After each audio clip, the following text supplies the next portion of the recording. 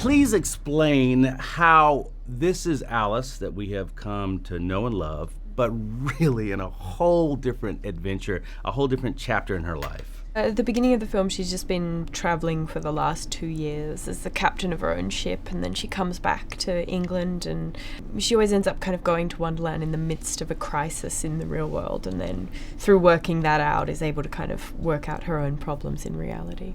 Isn't it kind of amazing, though, that we get to see a whole different side of Alice that, I mean, is really a character that the world loves, and now we see a different side of her. Yeah, definitely. I mean, even in the books, she's, I think, like 7 years old, and so each time you sort of see her at a different time in her life and kind of grappling with different things. So, but yeah, I love playing her. She's fantastic.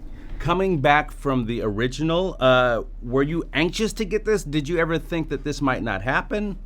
Yeah, I mean, I thought it wasn't going to happen. I thought if there was going to be a sequel, it would be, you know, right after the first one. And so it's been 6 years now. And so I was quite surprised when they started talking about it 3 years ago. But yeah, it was really great. I mean, it was so nice. It's such a wonderful cast, so to be able to work with them again. And then the director, James, was so fantastic. So it was really great.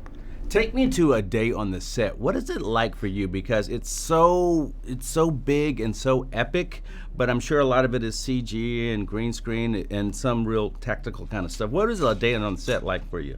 We spent 5 months or 4 months on a blue stage studio.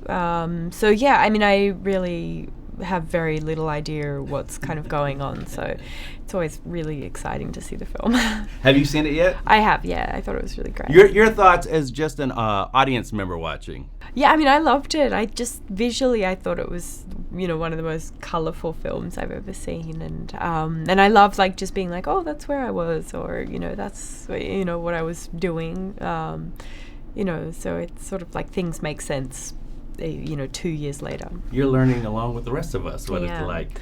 I told you, director, I never really until this moment thought of Alice, the story, as an action adventure kind of story. You know, I always thought it was very whimsical and colorful, but it's really action-y, if you will. Like how physical was it for you? Yeah, it was extremely physical. I mean, it was, when you read the script and it takes you like an hour, and it's, you know, my character's running everywhere, and then that translates to 5 months of me running every single day and jumping on things. And so yeah, it was, I mean, every day was incredibly kind of physical. So I'm a very lazy person, so that was challenging for me. We put an end to that for 5 months, didn't we? Definitely. Talk to me about the when you see Johnny Depp again as this character. I mean, he's just so amazing looking.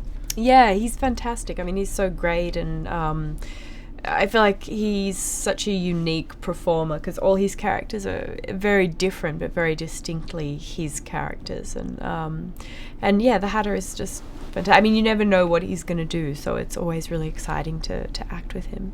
And new to the cast and the story, Sacha Baron Cohen. Just talk to me real quickly about him bringing time to life. Yeah, I mean, it was great. I mean, he's super funny, and similarly to Johnny, you didn't really know what to expect, and he just completely created this bizarre character. And you know, James puts it best when he says he does a confident idiot better than anybody else, and he is this sort of all-powerful character, but Alice, you know, pulls him out on everything, which I think is really sweet, their dynamic.